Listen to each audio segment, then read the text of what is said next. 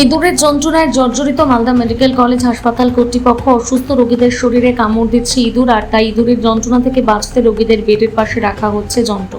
ঝাঁ চকচকে অত্যাধুনিক মালদা মেডিকেল কলেজ হাসপাতালে ইঁদুরের উৎপাত সামাজিক মাধ্যমে ভাইরাল।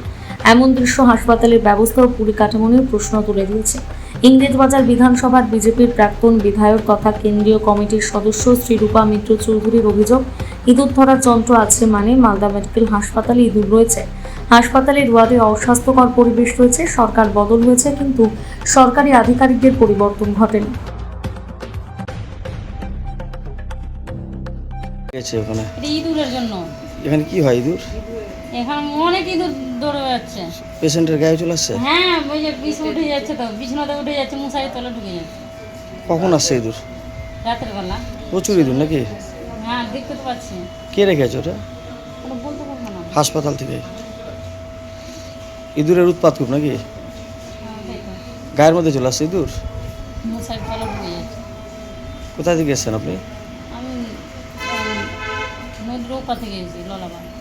বেশ কিছু যন্ত্র দেখা গেল, যে যন্ত্রগুলো ইঁদুর মারা, কেন রাখতে হচ্ছে এগুলো? ইঁদুর মারার যন্ত্র আপনারা কেন আগে খুঁজে বার করেননি, এটা আমার প্রশ্ন। আপনারা সাংবাদিকতা করেন, আমার বিশেষ বন্ধু, আপনারা অনেকদিন আগেই, আমি আসার আগেই ধরে ফেলা উচিত ছিল, তাতে আমাদের সুবিধা হতো, সরকারের সুবিধা হতো। এখানে রডেন্ট, আপনারা জানেন রডেন্ট হচ্ছে আমাদের প্লেগ পর্যন্ত ছড়াতে পারে। ইঁদুর মারার যন্ত্র রাখা হয়েছে, তার মানে ইঁদুর আছে ওখানে। কি নেই ওখানে? ইঁদুর তো ছেড়ে দিন, কি নেই?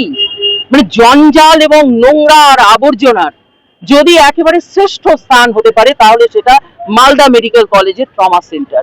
এবং আমি আপনাদেরকে বলছি, আমরা বিজেপি সরকার, যারা নতুন সরকারে এসেছে, আমাদের সত্য কথা তুলে ধরতে কোনো আপত্তি নেই, নির্ভয়াদির কোনো আপত্তি নেই। আমাদের মাননীয় মুখ্যমন্ত্রী বলেছেন যে আপনারা হসপিটালে হসপিটালে যান, আপনারা দেখুন কি হচ্ছে এবং সরকারকে সহযোগিতা করুন। যদি আমরা এই যে সরকারের, পুরনো সরকারের 50 বছরের এই জঞ্জালকে আমরা যদি বর্তমান আধিকারিকদের দৃষ্টিতে অবলোকন করাতে না পারি আমাদের দৃষ্টি দিয়ে, তাহলে এই ব্যবস্থা চলবে। আমরা এই অব্যবস্থা থেকে মুক্তি চাই। সরকারের যে জঙ্গল সরকার থেকে মুক্তি পেয়েছি, কিন্তু আমাদের প্রাতিষ্ঠানিক দুর্নীতি এবং প্রাতিষ্ঠানিক অবক্ষয়, প্রাতিষ্ঠানিক অব্যবস্থা, তার থেকে আমরা এখনো মুক্ত হইনি। আমরা মাত্র 100 দিনের সরকার করেছি। আমি আপনাদের কথা দিচ্ছি, হাত জোর করে আপনাদের মাধ্যমে, মালদা মেডিকেল কলেজ পূর্ণাঙ্গ রূপ পাবে। ধন্যবাদ। বলবেন ইঁদুরের উৎপাত, রোগীরা বলছে যে ঘুমাতে পারছেন, রাত্রে চলে আসছে গায়ের মধ্যে। ইঁদুরের উৎপাত এটা আছে, এবং যেটা আমরা রিসেন্ট পেস্ট কন্ট্রোল করেছি, কিন্তু তাতেও ওদেরকে কন্ট্রোল করা যাচ্ছে না। ইঁদুর ধরার জন্য মেশিনও বেশ কিছুদিন ধরে আমরা ব্যবহার করাচ্ছি, কিছু ধরাও পড়েছে। এটার মেন সমস্যা ওরা হচ্ছে ফল সিলিংয়ের ওখানে উপরে উঠে যাচ্ছে। ফল সিলিং থাকার জন্য ওদেরকে কন্ট্রোল করা একটু সমস্যা হয়ে যাচ্ছে। আমরা তবু পেস্ট কন্ট্রোল করছি, ইঁদুর ধরার অন্য কোনো ব্যবস্থা আছে কিনা সেটা দেখছি। ওয়ার্ডের মধ্যে নোংরা জল জমে আছে, কি বলবেন? পাইপ লাইনের সমস্যা আছে, বেশ কিছুদিন ধরে পাইপ লাইনের সমস্যাটা আমরা যে MSCL দেখে তাদেরকে জানিয়েছিলাম, ওরা কাজ করছিল, এবং তার সত্ত্বেও পাইপ লাইন সমস্যাটার কাজটা এখনও ক্লিয়ার হয়নি।